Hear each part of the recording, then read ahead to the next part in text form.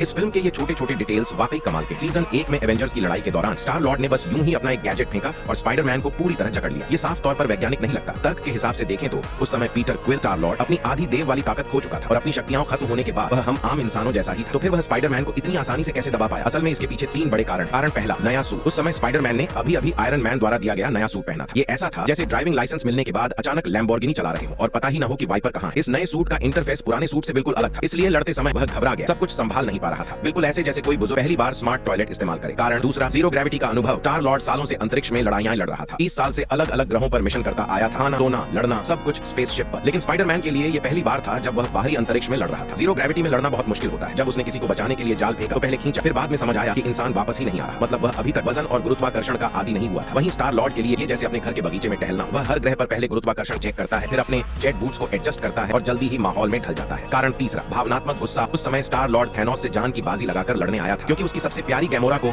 Thanos ले गया था। इसलिए मैदान में उतरते ही उसकी आंखों में बदले और गुस्से की आग थी।